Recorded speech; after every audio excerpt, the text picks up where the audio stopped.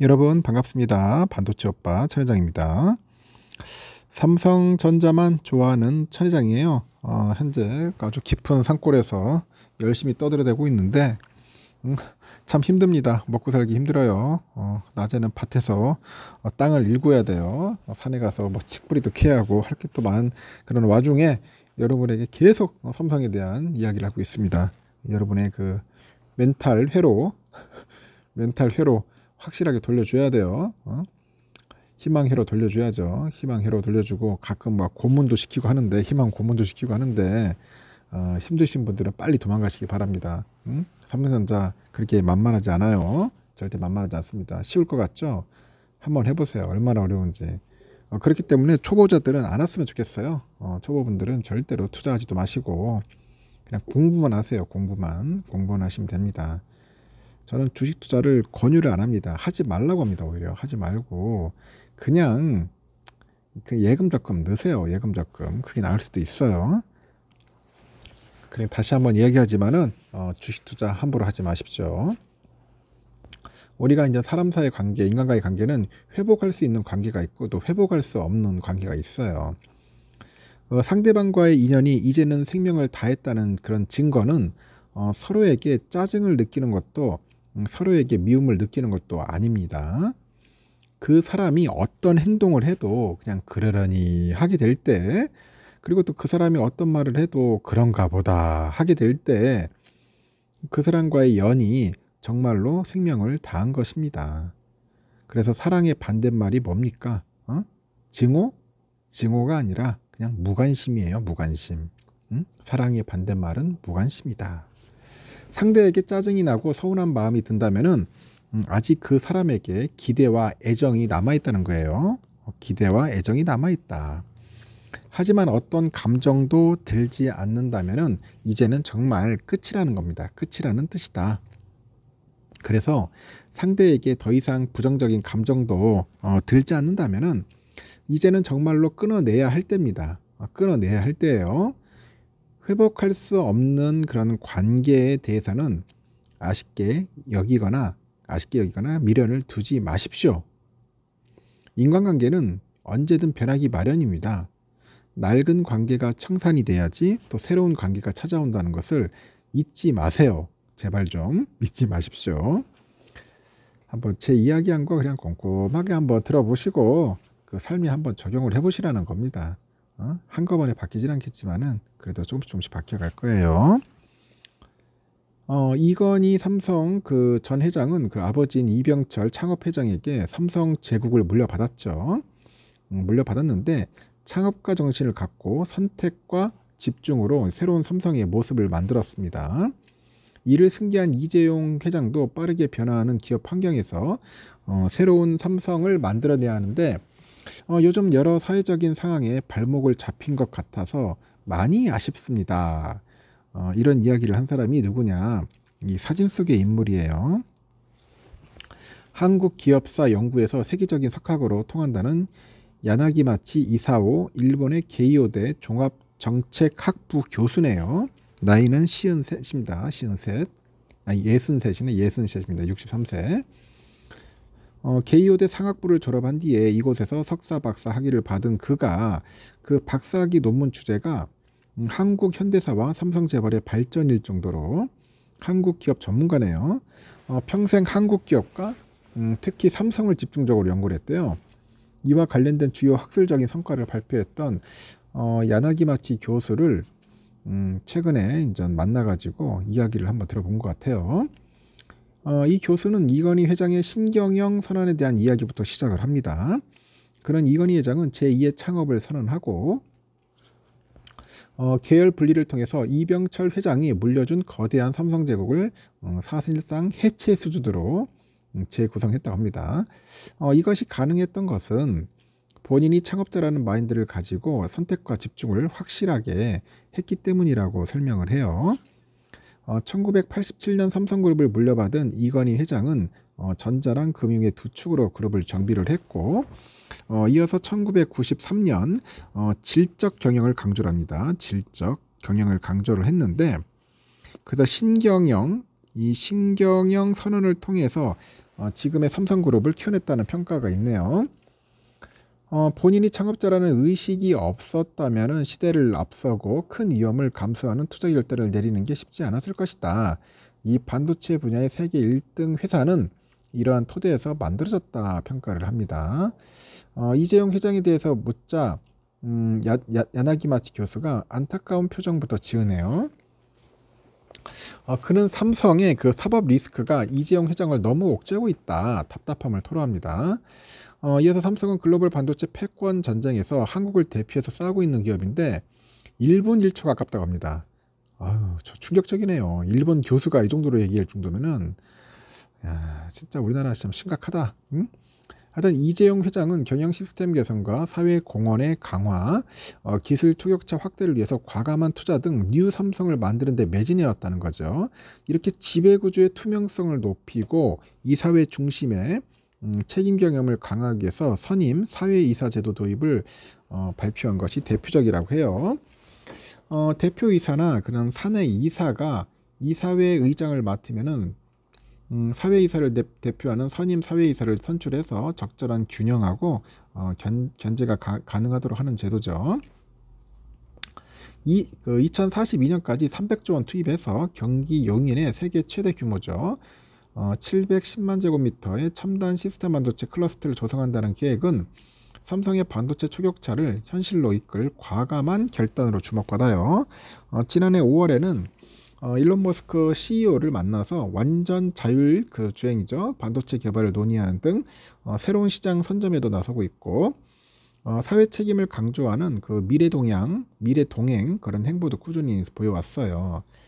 아무리 우수한 사람이라도 전문 경영인이 할 수 없는 그 오너만이 할 수 있는 영역이 분명히 있다고 합니다. 어릴 때부터 아버지가 이제 경영하는 그런 모습을 옆에서 지켜보고 아버지의 인맥을 물려받아서 교류하는 재계 그 3세나 4세에게는 아무나 할 수 없는 고급 정보가 자연스럽게 모이게 된다. 그래서 이를 바탕으로 오너만이 회사의 운명을 좌우하는 큰 결정을 내릴 수 있다고 설명을 하죠. 그리고 그는 오너 경영의 장점을 살리기 위해서는 우수 인재 영입과 오너 보좌의 그 조직 정비가 필요하다고 강조를 해요. 한일 양국 산업이 교류할 그 가능성에 대해서 교수는 그 반도체처럼 제조는 한국, 소재, 부품, 장비는 일본처럼 이렇게 상호 보완될 수 있는 부분은 시너지 효과가 클 것 같다 이런 이야기를 하는 것 같습니다. 상당히 의미 있는 그런 이야기를 해주시는 교수분이네요. 참고하시면 될 것 같습니다. 윤 대통령이 지난 17일 날 주재한 상생의 금융 기회 사다리 확대 그 민생 토론에서 과도한 할증 과세다 그래가지고 상속세 개편 가능성을 시사를 했습니다. 그리고 이게 글로벌 흐름에 맞지 않는 낡은 그런 상속 제도를 고쳐야 한다는 목소리를 높입니다.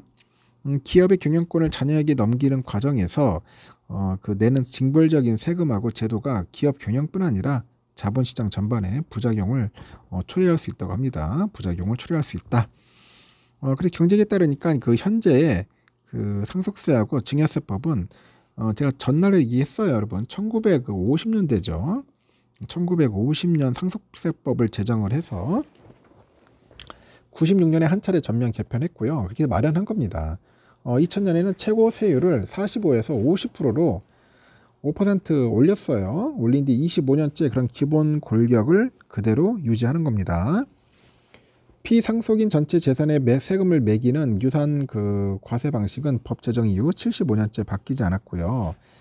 자본시장이 고도로 발달하고 국내 간판 기업들은 글로벌 기업으로 성장했는데 기업 지배 구조를 좌우할 상속 제도의 골격은 그대로다.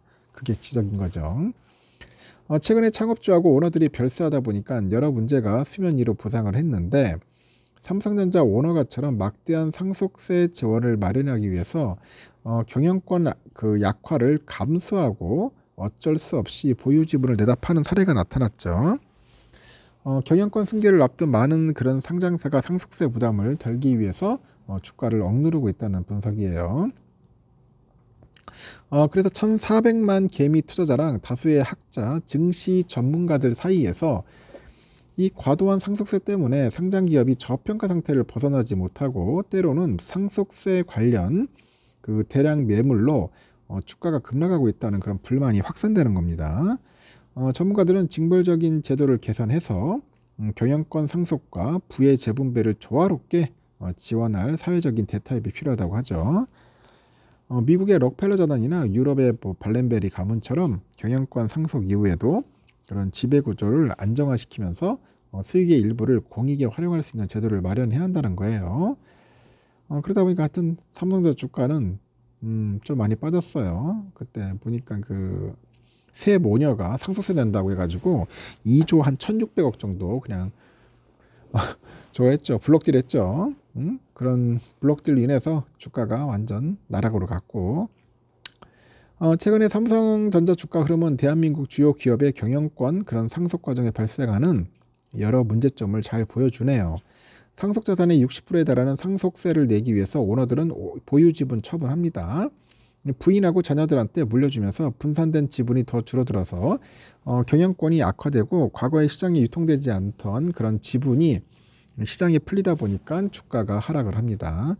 불똥은 소액주주로 가는 거죠.